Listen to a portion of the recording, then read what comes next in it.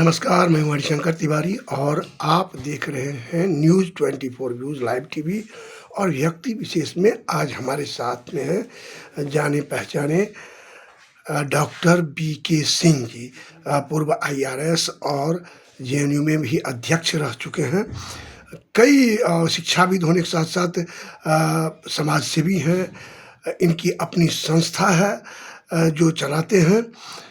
और सबसे बड़ी बात ये है कि ये राजनीतिक रूप से इतने परिपक्व हैं कि पिछले चुनाव में इन्होंने घोषणा किया था कि बीजेपी की सरकार बनेगी।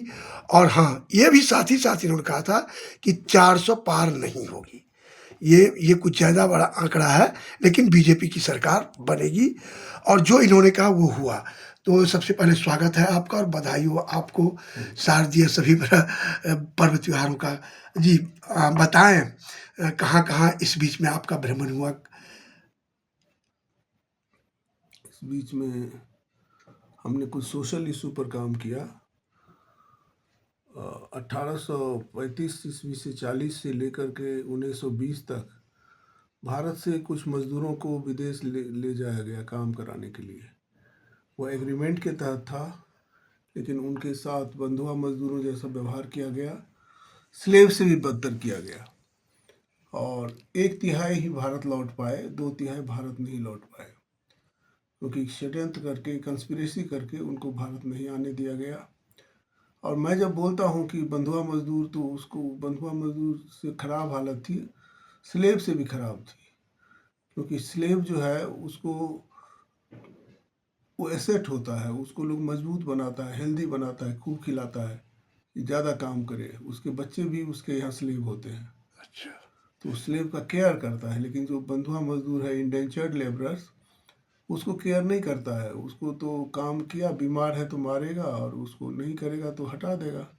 गिरमिटिया पे मतलब काम करने के लिए गए थे क्या? गिरमिटिया जिसको काम करने गए। गिरमिटिया मतलब एग्रीमेंट होता है ना, हाँ। एग्रीमेंट, वो एग्रीमेंट हो गया, एग्रीमेंट से गिरमिटिया हो गया। अच्छा ये अपभ्रंश है। हाँ, तो ये बड़ी बात सामने आई है। तो भारत ने उसको डिसऑन कर दिया। हमारे नागरिक थे, और जब आज़ादी मिली तो उसकी चर्चा तो होनी चाहिए भारत लाने की।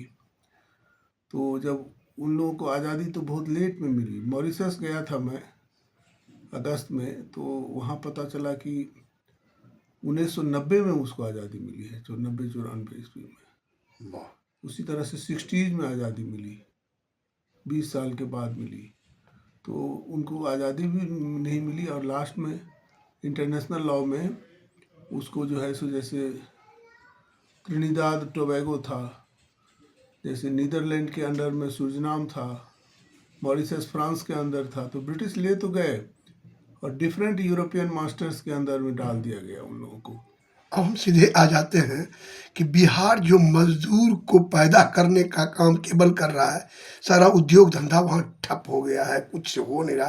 पहले भी मजदूर पैदा करता था, और लेकिन पहले मजदूर पैदा करता था तो वीर कुंवर सिंह भी पैदा करता था, राजेंद्र प्रसाद भी पैदा करता था।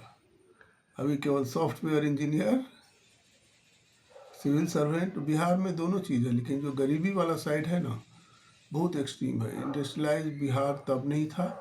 उस समय तो जो गिरमिटिया बने वो ब्रिटिश पॉलिसी के कारण, वो किसी खास जाति के नहीं थे। बड़े जात, छोटे जात, ऊंची जात, नीचे, सब जाति के लोग थे उसमें। और वहाँ की सामाजिक संरचना बदल गई है। जब भारत में एक केस है कि उनकी 14 साल की पत्नी थी, पहले जल्दी विवाह होता था, वो बेचारी पूरा लाइफ वेट करती रही। उसका पति जो है कभी लौट के नहीं आया। बहुत दुखद, बहुत ही दुखद। आप ये बताएं कि तो अभी उसी को सोल्व करने के लिए मैं डिस्ट्रिक्ट कलेक्टर लोगों से मिलने के लिए गया था। जी जी। तो बक्सर के डिस्ट्रिक्ट कलेक्टर एसडीएम से मिला, आरा के डिस्ट्रिक्ट कलेक्टर एसडीएम से मिला। इन लोगों को बताया कि गिरमिटिया के जो लोग आते हैं अपना गांव खोजते हैं, तो उसको सपोर्ट नहीं मिल पाता है। उनको लैंड रिकॉर्ड देखने की सुविधा दी जाए, उसको जो है सो डेडिकेटेड सपोर्ट दिया जाए, मतलब जो लोग भारत आते हैं। क्या आपको लगता है कि अभी जो दिल्ली, बम्बई वगैरह में भी जाते हैं, आने वाले समय में उनको अपने गांव में लौटने पर उनके साथ, क्योंकि प्रवासियों पे काम करते, तो चाहे वो देश के प्रवासी हों या विदेश में जाते हों, इसमें कैसा आपको अंतर लगता है? आने वाले समय में जो समस्या उनको हुई, क्या यहाँ कि लोगों को नहीं होगी? नहीं, एडजस्टमेंट का कमी है। दूसरी बात है कि उनके साथ वापस आने पर दुर्व्यवहार नहीं हुआ, वो गलत चीज़ है, भारत को बदनाम करने की कोशिश है। अच्छा। लेकिन थोड़ा सा जो विदेशी में गए हैं तो गाय का मीट खाना पड़ा होगा, अपवित्र रहना होगा, तो गंगा जल से स्नान कराते थे और जो उसका प्रायश्चित का जो फार्मूला है, पूजा वूजा करना होता था, वो तो डॉक्टर गंगानाथ झा को भी करना पड़ा। इतने बड़े सर विद्वान Ganganath Jha. Doctor sir Ganganath Jha. Sir का हम ज़्यादा महत्व नहीं देते क्योंकि वो ब्रिटिश डिग्री है। अच्छा। हमारे विद्वान जो है ब्रिटिश मुहर के सरताज नहीं है, उनके मुहर से वो विद्वान बने वो नहीं है, विद्वान अपने आप में थे। इसीलिए सर की डिग्री जो है, सर की टाइटल टैगोर ने भी लौटा दिया था, जी। बहुत लोगों ने। अब बिहार को की राजनीति को अभी आप किस रूप में देख रहे हैं? इस बार जब चुनाव हो रहा है 6/11 में, देखिए, लोग जो है अपने बिहार के हित में वोट करेंगे। वैसे नेता लोगों ने तो जाति में बांटने की बहुत कोशिश की है, और जातीय जो विभेद है, जातीय जो डिस्क्रिमिनेशन का नारा दे करके वोट का लाभ उठाना, जबकि लोग जनता जाति नहीं चाहती है।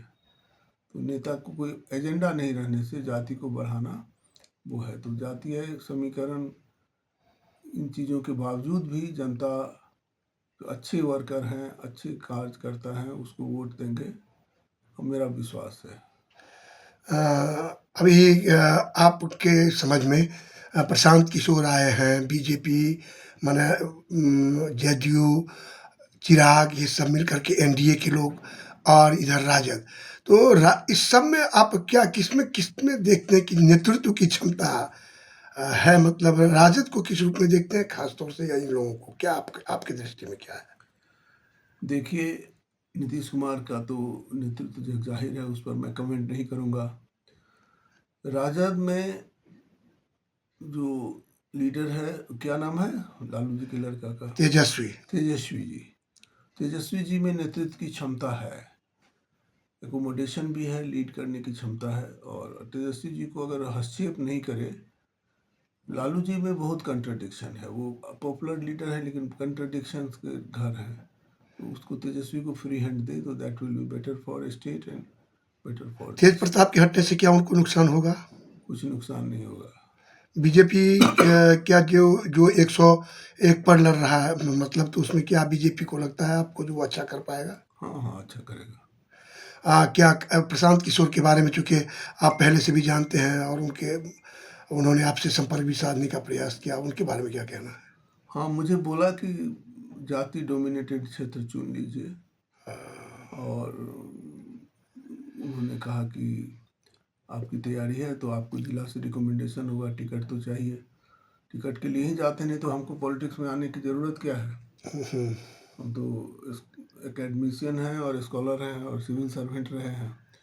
तो उनको बताया गया कि मेरे लिए पहले से ही जिला से रिकमेंडेशन था, स्ट्रॉन्ग रिकमेंडेशन था पब्लिक का। तो उन्होंने फिर भी कहा कि क्षेत्र जो है थोड़ा सा देखना पड़ेगा। बुद्धिजीवी राजनीतिज्ञ लोग जो हैं वो कहते हैं कि ब्यूरोक्रेट्स जो होते हैं वही देश को बर्बाद करने में मुख्य भूमिका निभा रहे हैं, नेताओं को बदनाम किया जा रहा है। आप तो सब रह चुके हैं, आपको क्या लगता है? देखिए, हम नेता हो भी जाएं, प्रधानमंत्री हो भी जाएं, तब भी जो ब्यूरोक्रेसी की जो भूमिका है, कोई नेता को लोग बच्चे का गार्जियन बनाएगा। पूछिए तो कोई लड़की है किसी की जवान 18 साल की, उसको बनाएगा, कहेगा कि इज्जत लूट लेगा, ना बाबा ना। इन्होंने इतनी खराब छवि बनाई है। मैं सभी नेता का नहीं कह रहा हूँ, जी जी जी जी 10-20% लोग अच्छे जी होते जी हैं, जी और अधिकतर लोग। बहुत अच्छे भी होते हैं नेता में, जी जी काफ़ी अच्छे इंसान होते हैं, अच्छे लोग होते हैं। मैं नहीं, लेकिन जनरल इमेज जो है, और ब्यूरोक्रेट्स को तो बनाते हैं कि बच्चे को गाइडेंस मिलेगा, सिविल सर्विस मिलेगा। कभी सुना है कि ब्यूरोक्रेट ने एक्सप्लॉइट किया होगा, ये किया हो? देखिए, अगर कितना भी खराब हो जाए तो नेता में 5% बोलते हैं कि ईमानदार है, 5 नहीं हो 10 हो, ब्यूरोक्रेसी में 25-30% जो है सो अच्छे होते हैं, क्रीम होते हैं। और देश जो है इतना ब्रिटिश ने बर्बाद कर दिया था इकोनॉमी को और सब कुछ को, इसके बाद जो फल फूल रहा है और आर्थिक महाशक्ति की तरफ बढ़ रहा है, उसमें ब्यूरोक्रेट के योगदान को निगलेक्ट नहीं किया जा सकता है।